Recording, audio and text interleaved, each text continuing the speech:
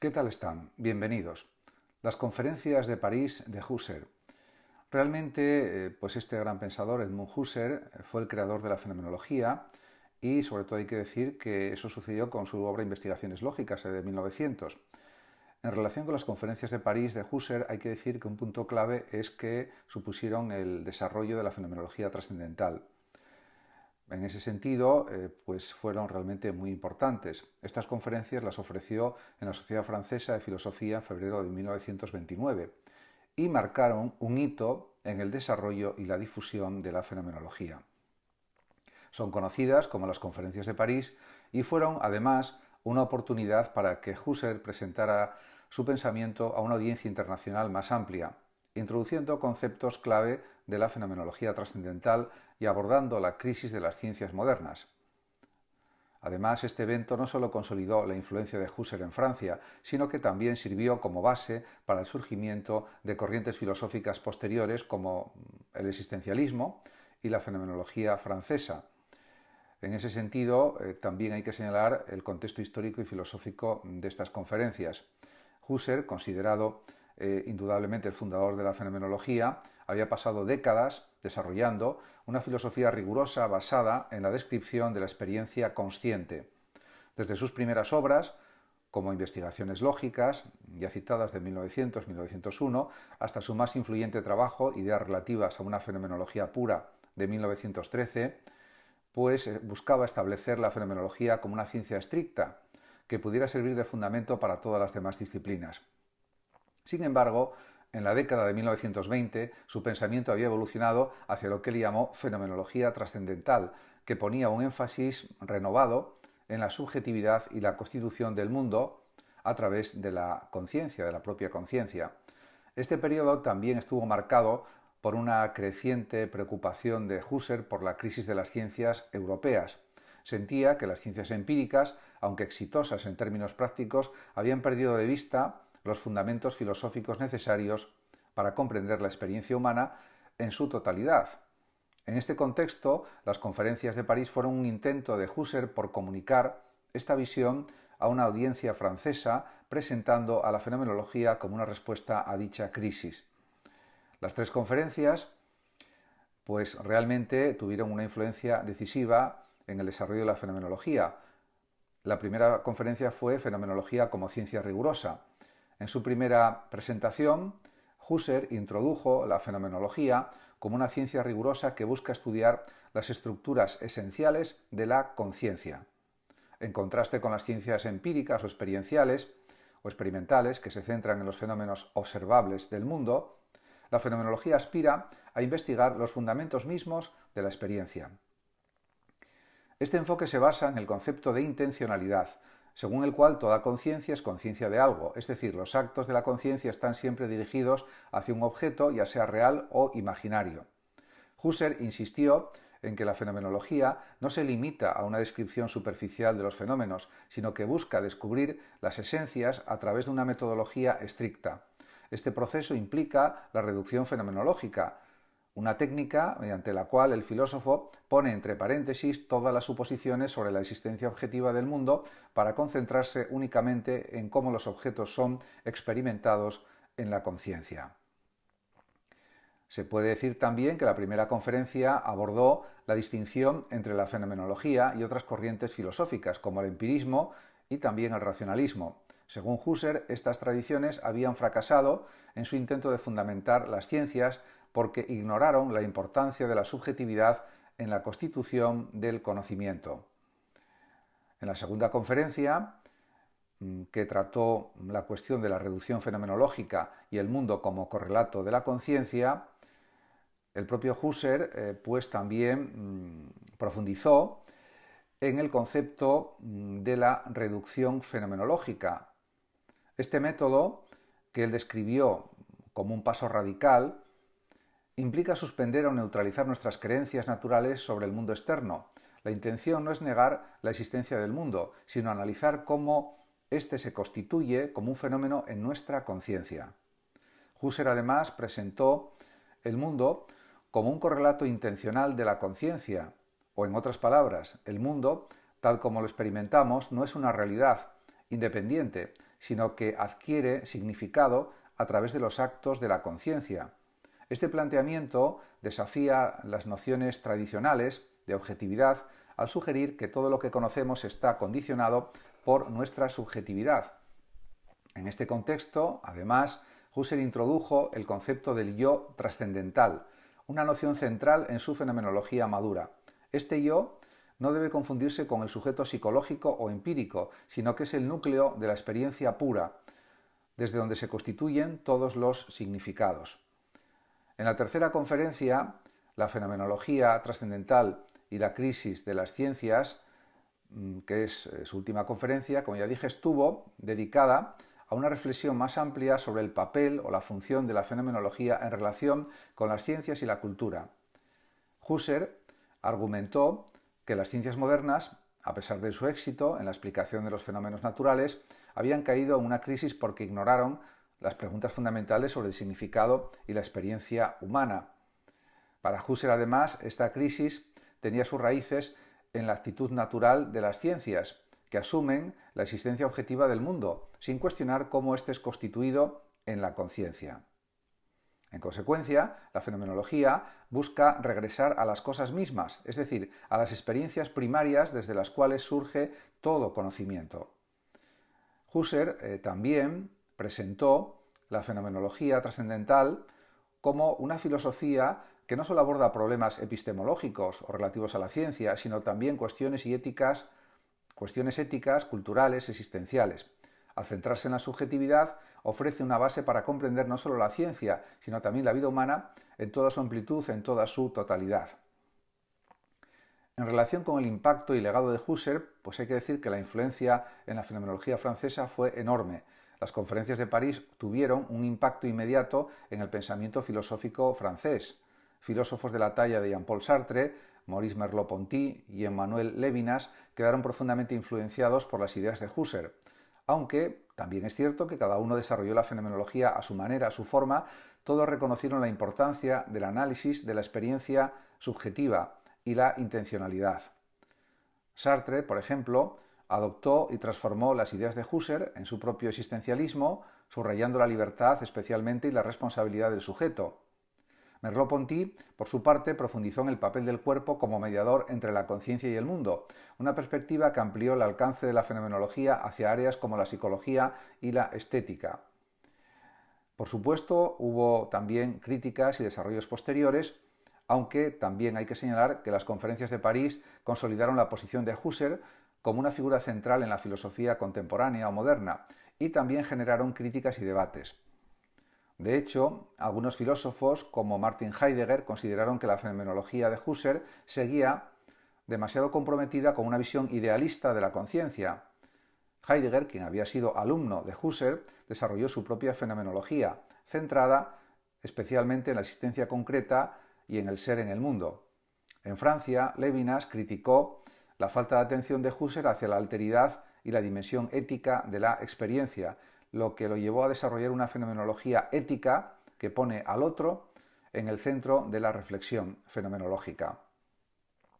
En relación con la relevancia contemporánea de Husserl, hoy en día las ideas presentadas en las conferencias de París siguen siendo fundamentales para muchas áreas de la filosofía, la psicología y las ciencias sociales.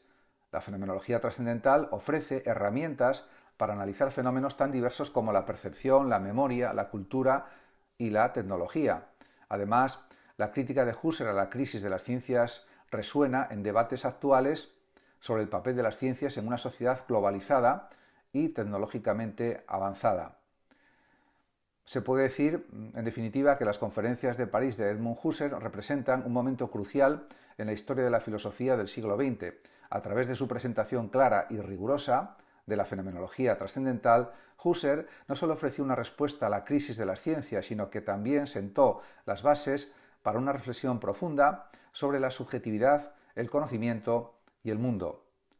Aunque su pensamiento ha sido reinterpretado y criticado a lo largo de las décadas, su legado sigue vivo, inspirando nuevas formas de comprender la experiencia humana en toda su complejidad. A partir de ahora comentaré algunas cuestiones relativas a la influencia de la fenomenología en distintos filósofos del siglo XX y del siglo XXI. Y hay que decir que, claro, el método fenomenológico de Husserl y sus conceptos clave como la intencionalidad, la reducción fenomenológica y el yo trascendental fueron adoptados y reinterpretados y transformados por diversas corrientes filosóficas. Por tanto, es necesario comentar pues, las obras de algunos principales fenomenólogos y los desarrollos contemporáneos de los mismos. En ese sentido, pues hay que señalar que, por ejemplo, uno de los grandes filósofos que desarrolló la fenomenología de otra manera fue Martin Heidegger, con su fenomenología existencial.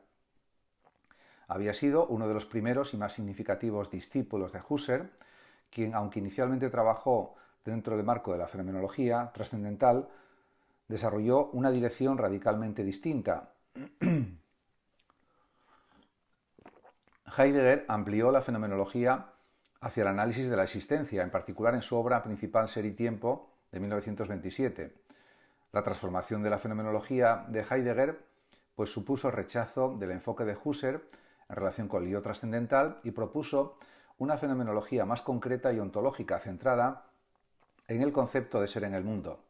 Para Heidegger, la experiencia humana no podía separarse del contexto en el que vive cada persona, lo que lo llevó a un análisis de las estructuras fundamentales de la existencia, como el ser, el tiempo y la muerte. En cuanto a la crítica a Husserl por parte de Heidegger, consideraba que la fenomenología husserliana era excesivamente idealista al priorizar la conciencia pura. En cambio, su fenomenología, la heideggeriana, se orientó hacia la comprensión del ser como un fenómeno que trasciende la subjetividad individual. En relación con Jean-Paul Sartre, pues también él desarrolló la fenomenología que podemos considerar existencialista. Adoptó la fenomenología de Husserl, especialmente su concepto de intencionalidad, como base para su filosofía existencialista, y en obras como El ser y la nada, de 1943, Sartre reformuló la fenomenología para explorar cuestiones relacionadas con la libertad, la conciencia y la autenticidad.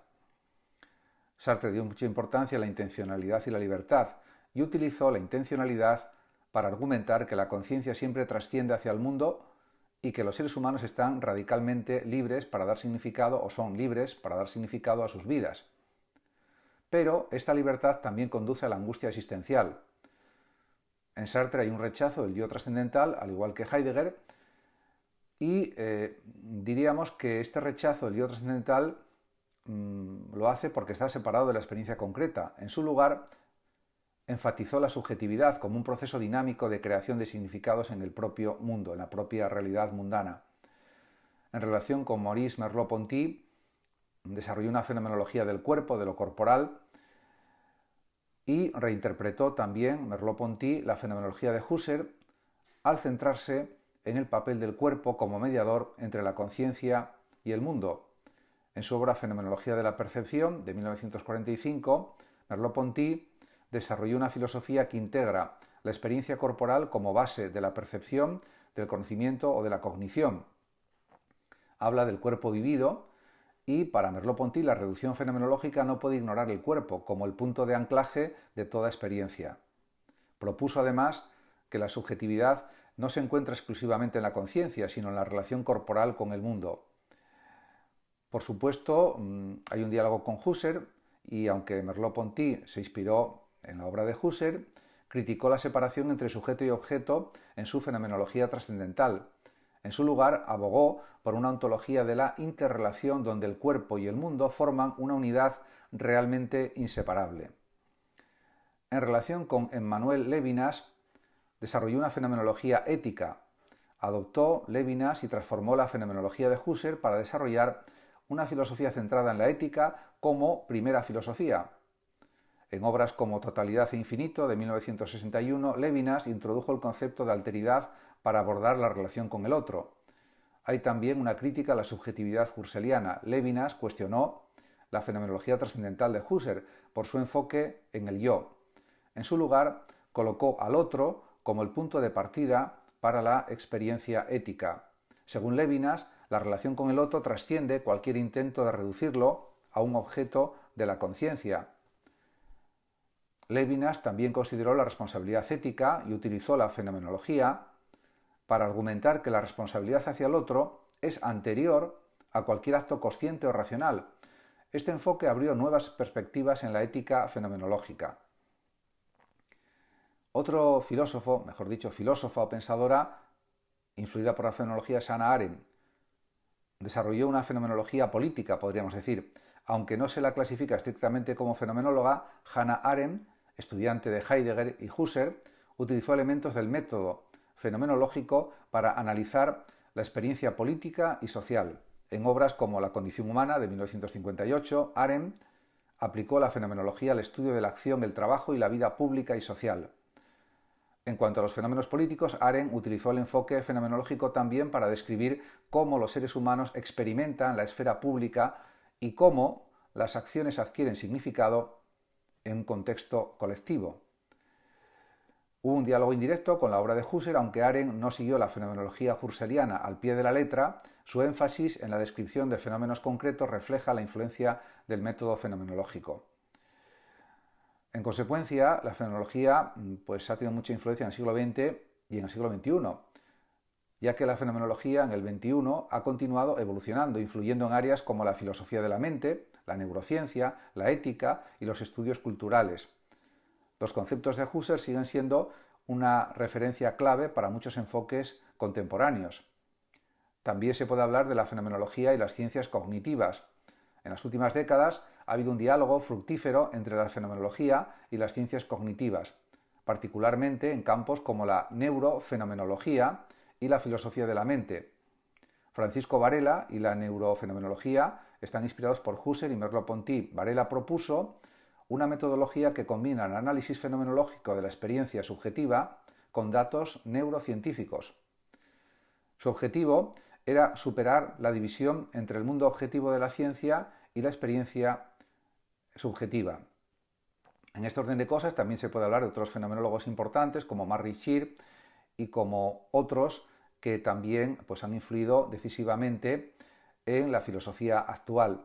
Por tanto, realmente hay que señalar que la fenomenología, como descripción y análisis de la realidad, es algo esencial también en el siglo XXI. En cuanto al legado ético de Husserl, fue desarrollado por Levinas y sigue vivo en debates contemporáneos sobre responsabilidad, justicia y alteridad. También se puede poner en relación el feminismo y la fenomenología. Filósofas como por ejemplo Iris Marion Young han utilizado la fenomenología para explorar cómo las estructuras sociales y culturales moldean la experiencia corporal, especialmente en relación con el género. Y también se puede hablar de la fenomenología intercultural. Algunos filósofos, como Anthony Appiah, han aplicado la fenomenología al estudio de las relaciones interculturales, explorando cómo las diferencias culturales configuran las percepciones y los significados también. Se puede también comentar la existencia de una relación entre la fenomenología y la tecnología, porque la fenomenología también se ha aplicado al análisis de la tecnología y su impacto en la experiencia humana. Don Ide y la fenomenología de la tecnología supone que se pueden explorar cómo los dispositivos tecnológicos median nuestra relación con el mundo, reinterpretando conceptos husserlianos como la intencionalidad en este nuevo contexto. También se puede hablar de la filosofía digital, ya que con el auge de la inteligencia artificial y la realidad virtual, la fenomenología se ha utilizado para analizar cómo estas tecnologías alteran nuestra percepción del tiempo, el espacio y también de la identidad. A modo de conclusión, se puede afirmar que la influencia de Husserl en la fenomenología tanto del siglo XX como del XXI es inmensa. Su método fenomenológico y sus conceptos clave han sido reinterpretados y desarrollados por filósofos como Heidegger, Sartre, Merleau-Ponty, Levinas y Arendt, cada uno de los cuales amplió el alcance de la fenomenología hacia nuevas direcciones. En el siglo XXI, la fenomenología sigue siendo relevante, encontrando aplicaciones en áreas como la neurociencia, la ética y el análisis de la tecnología. Aunque las ideas de Husserl han sido criticadas y transformadas, su énfasis en la experiencia vivida, como punto de partida para la filosofía, continúa inspirando a pensadores contemporáneos. En ese sentido, su influencia sigue siendo enorme. También hay que recordar la obra de Ricardo Sánchez Ortiz de Urbina, por ejemplo su obra Traumatología, del año 2014 y otras obras fenomenológicas que han sido esenciales en la fenomenología española. Y ha habido otros muchos exponentes del cultivo de la fenomenología. Muchas gracias a todos por su atención y hasta mi próximo vídeo. El que lo desee puede compartir este vídeo, darle like o suscribirse a mi canal de YouTube. Hasta siempre.